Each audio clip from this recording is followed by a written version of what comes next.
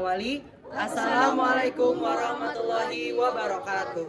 Halo semuanya, kami akan membahas tentang transisi moral pelajar 5 tahun terakhir. Sebelum itu, perkenalkan nama saya Akila Chandrawinata, absen 3, dan rekan saya.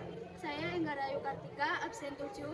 Saya Naila Giri Madani, absen 24. Saya Muhammad Yasin, absen 17. Langsung aja pada pembahasannya.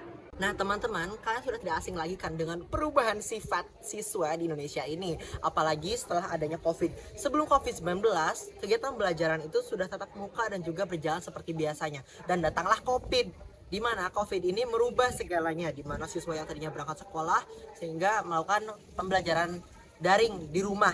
Dan juga itu sangat mengubah moral siswa. Dan juga siswa-siswa lebih pede di media sosial daripada di di kegiatan sehari-harinya atau secara langsung gitu, lebih pede di media sosial. Sehingga pada saat perpindahan antara COVID ke new normal itu benar-benar moral siswa ini berubah drastis teman-teman. Seperti apa pembahasannya akan dibahas oleh rekan-rekan saya. Nah, kita mulai pada tahun dimana sebelum COVID dimulai, yaitu pada tahun 2019 awal, antara bulan Januari hingga bulan Maret. Dimana pada saat itu moral-moral siswa banyak sekali yang aktif dengan pergaulannya, sopan dengan guru, dan juga dimana pada masa-masa itu tuh sangat menyenangkan, dimana pembelajaran masih sangat dilakukan di dalam kelas dan juga masih bisa bertemu dengan satu sama lain, dan juga pada moral siswa pada saat itu juga masih terkontrol, dimana pendidikan orang tua masih berperan penting dalam pertumbuhan moral dan budi pekerti mereka.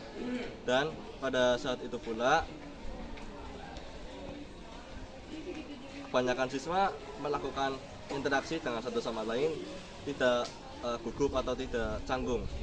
Jadi banyak sekali interaksi yang terjadi pada saat itu juga. Terima kasih. Selanjutnya, transisi moral siswa pada saat pandemi COVID-19. Meskipun secara formal pendidikan itu bisa tersampaikan kepada murid, namun pendidikan moral peserta didik ini selama pandemi mungkin sepertinya sedikit terabaikan. Pembelajaran jarak jauh ini mengakibatkan terbatasnya ruang gerak dan interaksi antara guru dan siswa.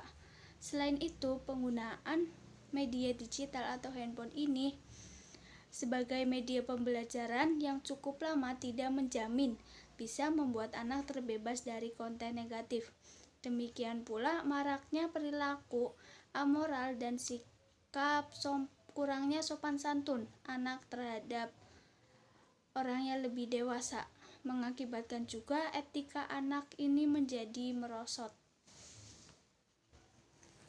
Baru-baru ini ramai di media sosial mengenai perbuatan tercela pelajar, mulai dari kekerasan terhadap sesama teman maupun orang tua. Melihat pelajar yang harusnya terdidik tetapi terlihat seperti tidak terdidik. Bahkan masalah etika sekalipun. Penurunan moral mengenai pelajar ini tampak sangat jelas. Maraknya berbagai macam kasus yang tidak mencerminkan anak yang kepribadian anak tidak berpendidikan. Wabah COVID-19 memberikan dampak besar bagi kehidupan sehari-hari manusia, salah satunya pada bidang pendidikan. Pada era COVID-19, pemerintah mengeluarkan kebijakan baru, yaitu melakukan kegiatan pembelajaran dengan melalui daring atau online. Dari kegiatan daring tersebut, bisa dikatakan kegiatan tersebut tidak secara 100% sempurna. Mengapa? Karena dari kegiatan tersebut, banyak siswa yang mengeluh tidak bisa atau susah untuk berkomunikasi secara langsung ke sesama manusia, karena daring itu dilakukan secara online dan secara sendiri-sendiri di rumah masing-masing. Dan bisa dikatakan dari kegiatan tersebut mengalami penurunan tata krama atau kesopanan pada siswa.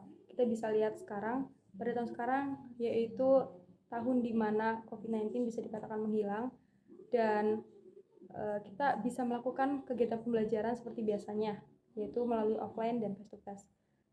Kita ambil contoh ketika siswa berpapasan dengan guru. Pada tahun-tahun sebelumnya, siswa lebih sering untuk langsung menyapa atau saling kepada guru tersebut. Namun, pada tahun sekarang, banyak siswa yang lebih memilih gengsi atau tidak menyapa guru tersebut.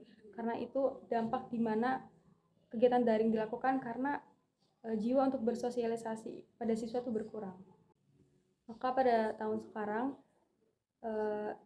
kita seperti merakit kembali, yaitu melatih kesopanan pada seorang siswa, dan kedepannya semoga pendidikan di Indonesia bisa memberikan kesan yang positif dan bisa membiasakan seorang siswa agar bisa lebih sopan dan ramah kepada guru atau orang yang lebih tua.